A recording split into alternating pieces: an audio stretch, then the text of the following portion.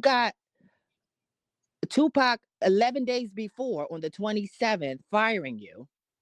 You have Kevin Hackey. Oh, Kevin Hackey was in the interview too. There's an interview on Kevin. I'm gonna send you all of these clips to your email. So Ty, later but on, what is all this for? Like, let's be honest. We're doing all this, and what is all all of of this this for? information. Yeah, like ultimately, what do you think this is all for? Because it's like, if we're Death Row is worth $300 million at this time.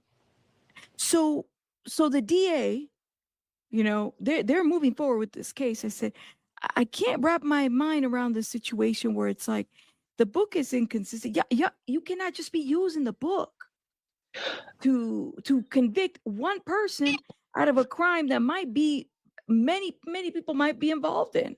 Child, we ain't heard the Does that book. make sense? We ain't heard about the book since the first day. The book is a small fraction of what's going on. That's why I'm saying this is a bigger fish that they're saying they're using taxpayer dollars. There Yep. has to be a reason why in 2026 we're talking about Tupac in 1996.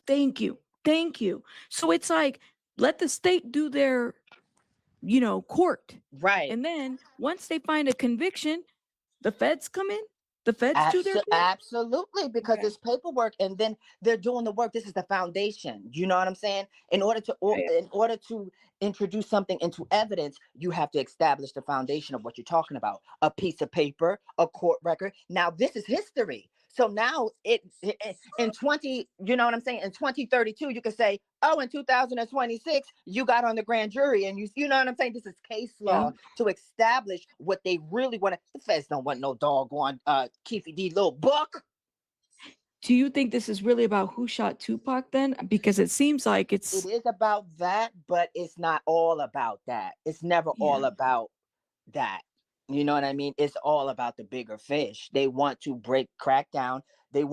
Everybody has their own motive. You know what I'm saying? Yeah. It is And about Diddy's a Tupac. fish? Do you think Diddy is a bigger fish here? Oh, Diddy is in the pond. Diddy's definitely in the pond. The number of times his name has been entered into the record. Okay. Because if you say somebody's name, the court stenographer has to write that down. That's So right. when somebody pulls this case and they type in Diddy, they're going to type in, you know how we do with the transcripts, and we just type in the name or the word that we're looking for? It tells us all the times.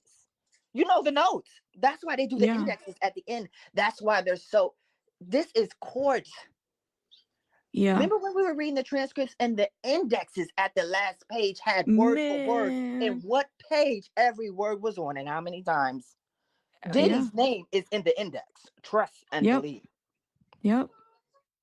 Absolutely. So This I'm is going to send you the insane. full interview of that because it is a documentary. But he goes on to say how he heard "got him" over the radio. He doesn't know who said it, but he knows the voice was familiar. And somebody else came back on the walkie, and I think he said it was like he sounded like a Caucasian man, and said, "Don't talk over the radio." Guess what? Nobody had a radio. So who had a radio? Oh my gosh.